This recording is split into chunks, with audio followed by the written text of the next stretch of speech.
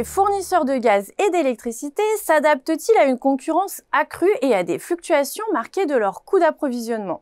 La dernière étude de la collection Focus de Xerfi analyse les dernières tendances du secteur ainsi que les stratégies des acteurs face aux transformations rapides des marchés de l'énergie. Nos consultants mettent notamment en lumière les actions engagées pour limiter l'impact sur leurs revenus de la baisse quasi structurelle de la consommation d'énergie en France. Entre 2021 et 2024, les livraisons ont en effet reculé de près de 8% dans l'électricité et jusqu'à 25% dans le gaz.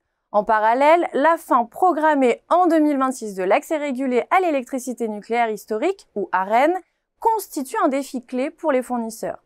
Elle entraînera une nette hausse des coûts d'approvisionnement en électricité, alors que les opérateurs se livrent actuellement une guerre des prix pour attirer de nouveaux clients, profitant de la baisse des cours sur le marché de gros.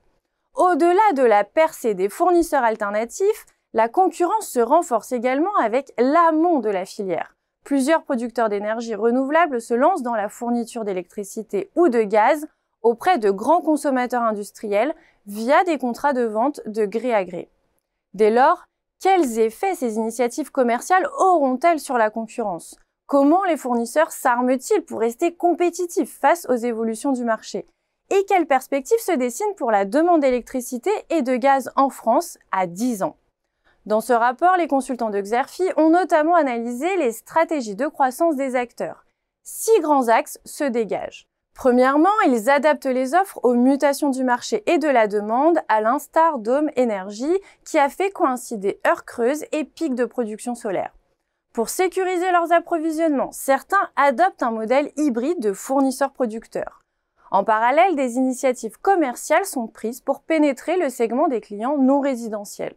Citons aussi les actions autour de l'optimisation de l'expérience client, ainsi que les tentatives de diversification sur des marchés connexes comme la mobilité électrique, l'hydrogène et l'autoconsommation solaire. Enfin, l'optimisation de la consommation et la gestion intelligente de l'énergie progressent avec des solutions comme celle d'Equator et EDF. Au-delà, le rapport décrypte l'environnement du marché avec un focus sur la suppression de l'ARENH. Il propose également un point complet sur le jeu concurrentiel et ses évolutions et inclut des prévisions pour le marché jusqu'en 2027. Pour des informations plus complètes sur cette analyse stratégique, vous pouvez télécharger le document de présentation qui se trouve à côté de la vidéo.